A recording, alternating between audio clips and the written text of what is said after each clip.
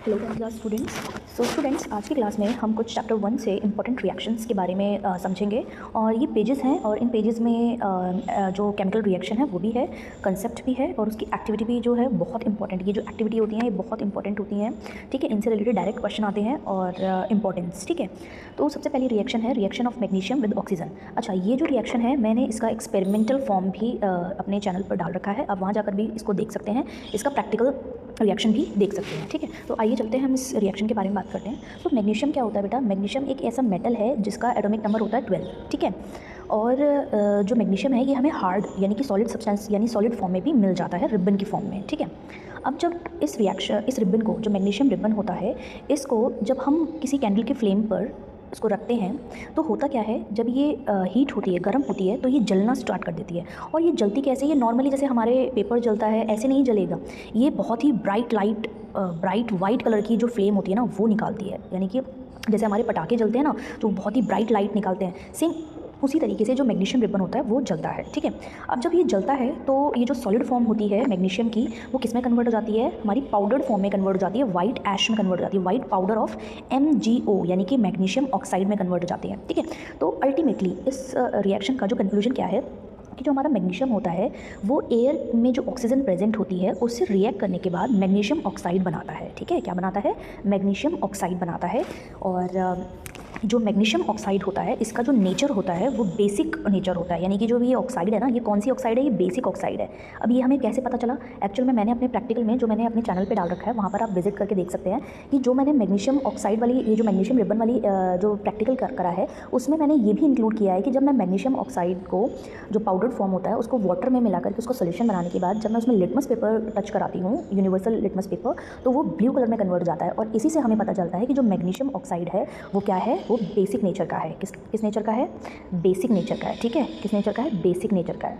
तो I hope आपको ये रिएक्शन समझ में आ गई होगी। अच्छा, जो इसकी जो रिएक्शन है वो हम यहाँ देख सकते हैं। जो मैग्नीशियम है, मैग्नीशियम को Mg से डिनोट करते हैं, ऑक्सीजन को O2 से डिनोट करते हैं। और ये जो ये रिएक्ट कर जाता है, यानी हीट जब इसे मिलती है तो जलने लग जाता है। और किस में कन्वर्ट हो जाता है? वो MgO यानी कि मैग्नीशियम ऑक्साइड में कन्वर्ट हो जाता है, दैट इज़ वाइट सॉलिड।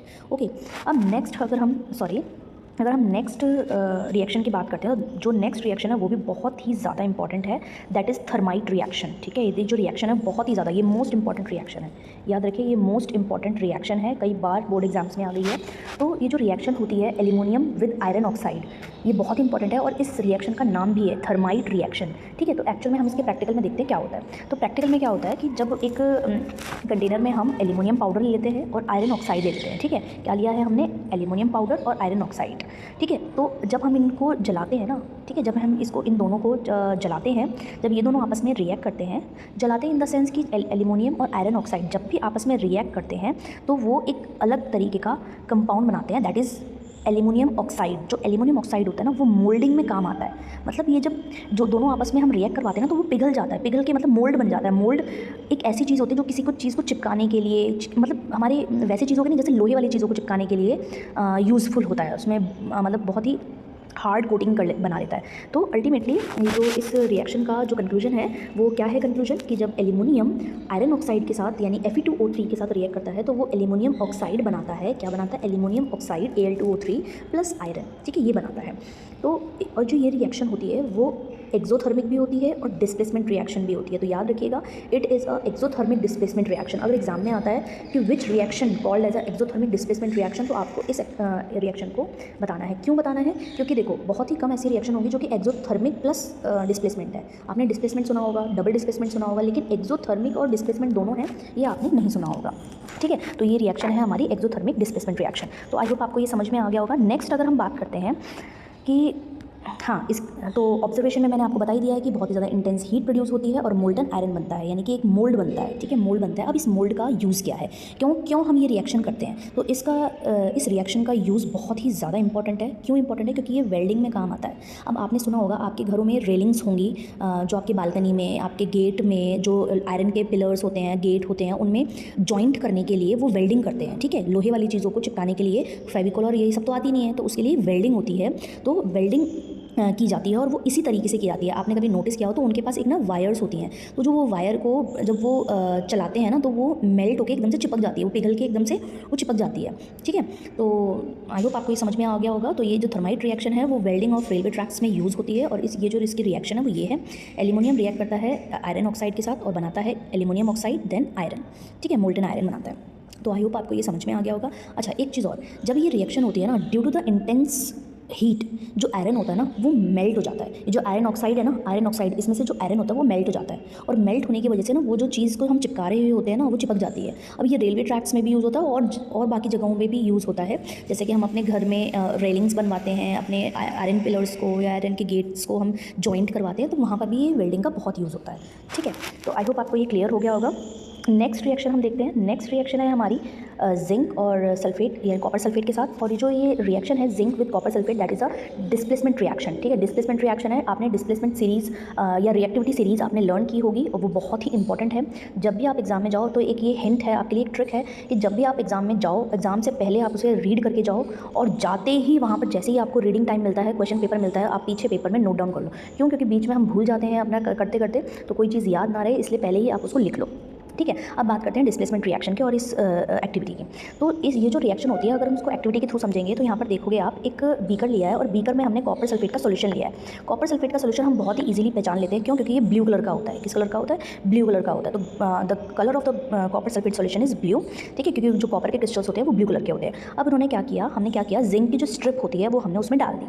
थोड़ी देर बाद आप देखोगे कि जो जिंक का जो ग्रे कलर था ना वो अब ब्राउनिश कलर में कन्वर्ट हो गया। किस में कन्वर्ट हो गया? ब्राउन कलर में कन्वर्ट हो गया। ऐसा लगता है जैसे जंग लग गया हो। अब ऐसा क्यों हुआ? इसलिए ऐसा हुआ क्योंकि जिंक और कॉपर सल्फेट में रिएक्शन हुई। अब कॉपर सल्फेट और जिंक में रिएक्शन किस हिसाब से हुई है कि जो जिंक होता है वो कॉपर से हाई रिएक्टिव होता है। ठीक है, जो रिएक्टिविटी सीरीज होती है उसमें जिंक पहले आता है और कॉपर बाद में आता है। That means zinc is high reactive than copper. तो जिंक ने क्या किया, इस कॉपर सल्फेट में से कॉपर को तो हटा दिया कि भाई तू तो जा यहाँ से, ठीक है, और तेरी जगह मैं लग जाऊँगा। तो यहाँ पर क्या हुआ, कॉपर सल्फेट में से कॉपर को हटा करके खुद उसकी जगह पर आ गया। इसीलिए इस रिएक्शन को डिस्प्लेसमेंट रिएक्शन कहते हैं, और उसको अकेला कर दिया, कॉपर को अकेला कर दिया। ठीक है, तो आई होप आपको ये रिएक्शन समझ में आ गई। ये रिएक्शन इस तरीके से देखिए, zinc reacts when zinc reacts with copper sulphate solution, it forms zinc solution, zinc sulphate solution plus copper solid. ठीक है, अब ये आपको पता चल गया, मैंने आपको कलर भी बता दिया है किस तरीके का कलर हो जाता है। अब नेक्स्ट रिएक्शन की बात करते हैं। नेक्स्ट रिएक्शन होती है हमारी कैल्शियम विद वाटर। ठीक है, ये जो रिएक्शन है calcium with water, it is a exothermic reaction. ये याद रखिएगा, ये रिएक्शन आपके घर में जब वाइट वॉश होती है, ठीक है, वाइट वॉश होती है तब ये यूज़ होती है। आपने वाइट वॉश अगर कभी देखा हो कि वो मार्केट से एक वाइट कलर का पाउडर लाते हैं जिसे हम चूना बोलते हैं, चूना, और उस चूने को जब हम पानी में मिलाते हैं तो आपने कभी नोटिस किया हो, या मैंने तो किया है, कि उसमें से बहुत ही बबल्स होते हैं, जैसे लगता है उबल रहा है, जबकि हम उसे हीट भी नहीं कर रहे होते हैं। लेकिन कैल्शियम जब भी वाटर के साथ रिएक्ट करता है तब भी वो बहुत ही वॉयलेंटली एक्ट करता है और उसमें से बहुत ही ज़्यादा हीट प्रोड्यूस होती है। तो ये एक्सोथर्मिक रिएक्शन भी होती है, और ये मतलब एक्सोथर्मिक मतलब ऐसा लगता है जैसे बबल्स उठ रहे हैं उसमें, जैसे बॉईल हो रहा हो वो वाटर। ठीक है, तो इस रिएक्शन की बात करते हैं इस एक्टिविटी के थ्रू। तो एक्टिविटी में क्या है कि हमने एक बीकर लिया है, बीकर में हमने क्या ले लिया है, कैल्शियम हाइड्रोक्साइड ले लिया है। क्या ले लिया है? बीकर में हमने लिया है, बीकर में हमने कैल्शियम मेटल लिया है। ठीक है, कैल्शियम मेटल लिया है और हमने इसमें वाटर लिया है। ठीक है, क्या लिया है? वाटर। अब जैसे ही कैल्शियम, जो कैल्शियम होता है, जो कैल्शियम यानी कि Ca, जब ये वाटर के साथ रिएक्ट करता है तो वो कैल्शियम हाइड्रोक्साइड के फॉर्म में कन्वर्ट हो जाता है, सॉल्युबल होता है। कैल्शियम जो होता है वो वाटर के अंदर सॉल्युबल होता है, इसीलिए वो कैल्शियम हाइड्रोक्साइड बना लेता है विद बबल्स फॉर्मेशन। यहाँ पर बबल्स बहुत जगह होते हैं। देखो आप यहाँ देखोगे, ये बबल्स क्यों उठते हैं? ये बबल्स इसलिए उठते हैं क्योंकि जब भी कैल्शियम वाटर के साथ रिएक्ट करता है तो कैल्शियम हाइड्रोक्साइड प्लस वो हाइड्रोजन गैस बनाता है। अब ये हाइड्रोजन गैस जो होती है वो बबल के फॉर्म में रिलीज होती है, जो कि आप यहाँ देख पा रहे हो। ठीक है, तो इस रिएक्शन को हम एक्सोथर्मिक रिएक्शन भी कहते हैं। और हाँ, एक और चीज़, एक और इंपॉर्टेंट इसमें वो कंक्लूजन है कि जब कैल्शियम वाटर के साथ रिएक्ट करता है तो वो वाइट कलर का यानी कि मिल्की कलर का सॉल्यूशन बन जाता है, मिल्की कलर का सॉल्यूशन। ठीक है, अब जो वाइट वॉशर्स होते हैं, जो ये वाइट वॉश करते हैं हमारे घर में, अगर उनको वाइट करना होता है, वाइट वॉशिंग करनी होती है तो सिर्फ वो वैसे ही छोड़ देते हैं। अगर इनको कुछ कलर वाइट वॉश करनी है तो उसमें कलर डाल देते हैं, तो वो कलर वाइट वॉशिंग हो जाती है। ठीक है, तो हमेशा याद रखिएगा कि जब भी कैल्शियम वाटर के साथ रिएक्ट करेगा तो वो कैल्शियम हाइड्रोक्साइड बनाएगा और हाइड्रोजन गैस बनाएगा विद बबल्स। अब इस बबल्स को भी हम टेस्ट कर सकते हैं। इसका भी एक क्वेश्चन आता है कि हम हाइड्रोजन गैस को कैसे टेस्ट कर सकते हैं, तो उसके लिए एक पॉप साउंड टेस्ट होता है। क्या होती है? एक पॉप साउंड टेस्ट होता है।